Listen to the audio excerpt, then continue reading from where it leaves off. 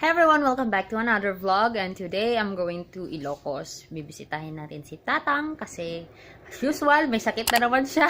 Pag malapit na ang schedule ng uwian, may sakit na naman siya. So pupunta na tayo kasi nagtatampo na siya. Kasi last month, nung birthday pa niya yung last na pagpunta ko doon. So, yeah. Bisitahin na natin. Iiwan natin sila Butter, Maxi, and Sassy. Kasama ni Jonah. So, let's go na. Kasi anong oras na? Alas 10 na!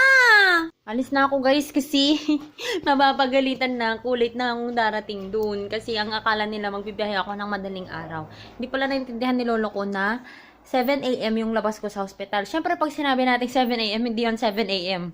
Kapag sa nursing, walang exact time sa pag-uwi. Okay! Spotted! Ang ihi ni Butter. At ang swero nila dati. We're going. Let's go, let's go.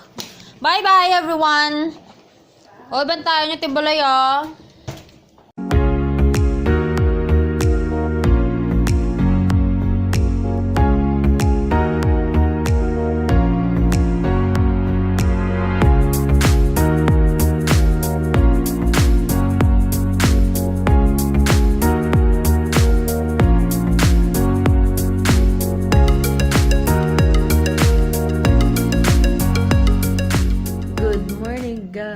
Andito na tayo guys sa Ilocos. Sorry, din ako napag-vlog after ng travel.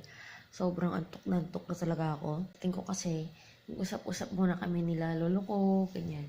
Kwentuhan. Kasi ako nakapag-vlog. Ang late ko na naman nagising. Basta pag nandito ako, late ako nagigising kasi hindi na arawan dito sa kwarto na ginagamit ko. Ito yung view ko guys from the room. Ayan, di ba? Probinsyang-probinsya. Tapos dyan sa baba, yung mga panggatong ni lolo ko. Ayan, dyan yung mga gulay-gulay niya. Dyan banda yung mga gulay niya. Tapos, may coconut doon. Mangga, pag ganun. Daming puno dyan. Nang! Kakain muna tayo guys. Ay, may gulay doon oh. Yun. Kita nyo ba? May bulaklak ng kalabasa. Ganun yung mga gusto kong gulay guys. Kasi mahal ang gulay sa Pangasinan. Tsaka, masarap yung luto ni lola ko. Kain tayo. Ano kayang niluto? Ay! Ano to? Ay, black beans. Eto guys. Alas 9 pa lang, nagluluto na si Nanang ng black beans na pananghalian namin. Yan, isda yan sa hug niya. Ito naman, ito yung mamahaling isda dito guys, ipon. Yan, so, hindi ko alam kung anong Tagalog nito eh. Basta ang tawag namin dito, ipon, hindi hipon.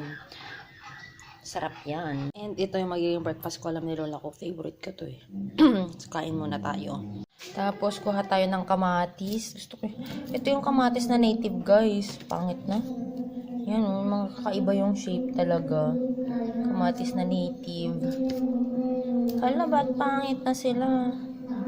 Yan, dalawa lang. Kain tayo guys. I have kamote tops here na nilaga. And then, sinigang. Yan, sinigang na ipon. And then, sausawan ng kamote is kamatis na native with homemade bagoong. And, we get a little bit of rice. A little bit pa yan ha. Maglalagay ako guys ng table banda dito kasi gusto ko na may working space ako. Ito kasing room na to guys, kakagawa lang kasi niya itong parang buong bahay na to. Kaya walang gamit. Yung meron lang yung bed, yung old bed ba namin ng magkakapatid yan. Tapos, maglalagay ako kasi dati, gusto ko kasing mag-edit. Dati kasi pag nag-edit ako guys, dito ko ginagawa. Sa may countertop na to. Kaso, mataas. So, ilalagay natin tong portable table na to. Ayan, ilalagay natin doon sa loob. Tapos, itong na to, ang tawag nito, folding bed. Ginamit namin to nung natulog kami dito. Kami nila Dana, nila John, ayan. Ito yung ginamit namin. Bubuhatin ko doon. Ay, shucks, mabigat pala siya, beshi. Baka pagalitan tayo ni tata. Wait lang.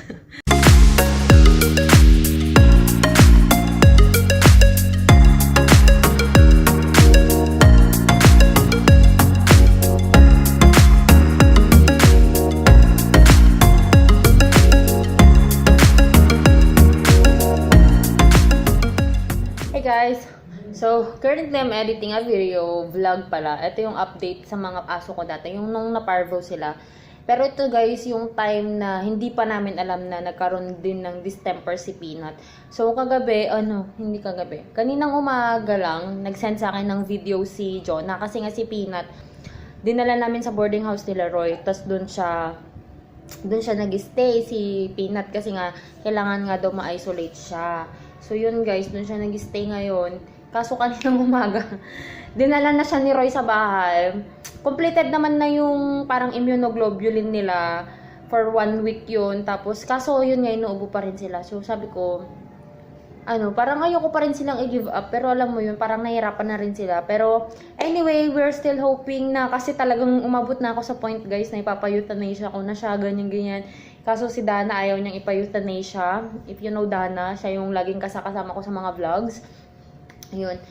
Kaso sabi niya ayaw niya. Sabi ko, insertan mo ako mag-i-inject para sa, na kami na sana yung mag-euthanasia sa aso.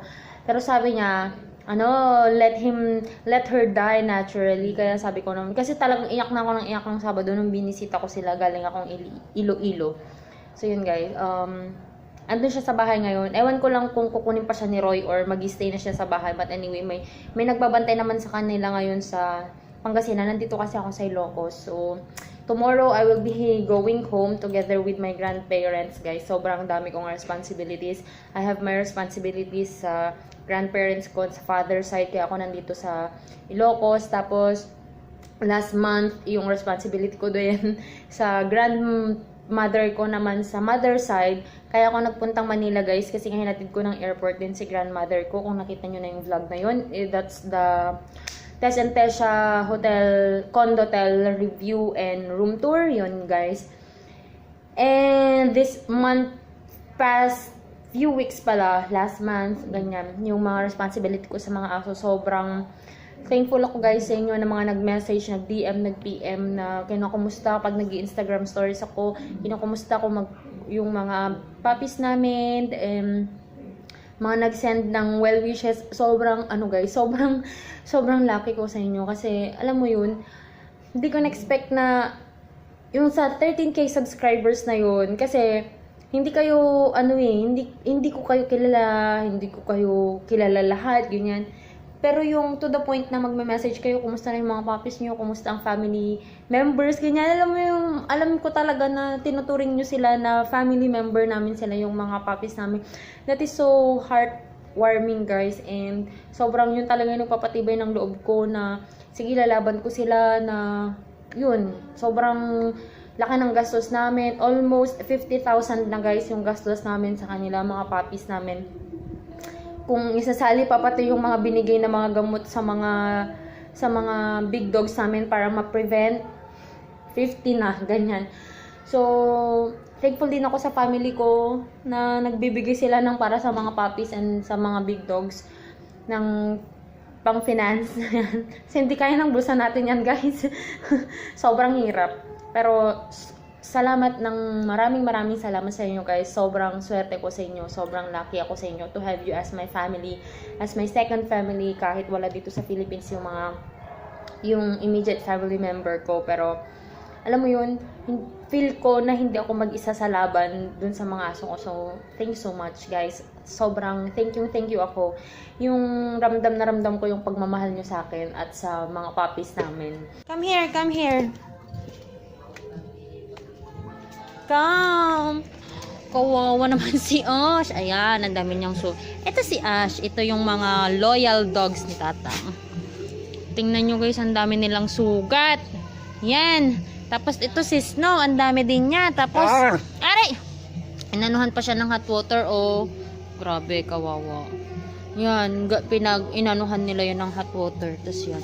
Mga nambababae kasi! Nambababae. Yan, kaya sinaktan din sila ng mga lalaking dogs. Kasi nang bababae daw sila. Dahil lang daw yun sa babae, sabi nila nana. Hey guys, time check. It's already 8:23 PM. And eto guys, nagra-render na or nagpo-produce na yung third video na inedit ko for the day. Sobrang achieve ang araw na ito. pag ganito guys na madami ako na-edit or na-film na video, feeling ko, Korean, feeling ko, ang productive talaga ng day ko. So yun guys, meron akong tatlong i-upload pagdating ko sa Pangasinan kasi pag dito sa Ilocos guys, walang internet dito sa bahay. As in, nilalagay ko pa yung pocket wifi ko dyan sa may bubungan. Kasi mula nung pinatayo tong bahay na to, na-block na yung signal. Pero dun sa old house namin, may signal ng pocket wifi dun sa kwarto ko mismo. So yun guys, pag dito wala talaga. Dyan nilalagay ko sa may bubungan ng garahe ng truck namin yung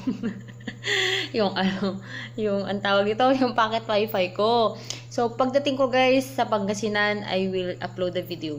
Kasi naman sabi ng PLDT, October or November daw na i-install nila yung internet na in-applyan pa ni lolo ko noong August or September pa siya nag-apply guys. Kasi nakita ni lolo ko na nag-i-install na ng PLDT dito sa side mismo ng bahay namin, yung line nila for the whole barangay.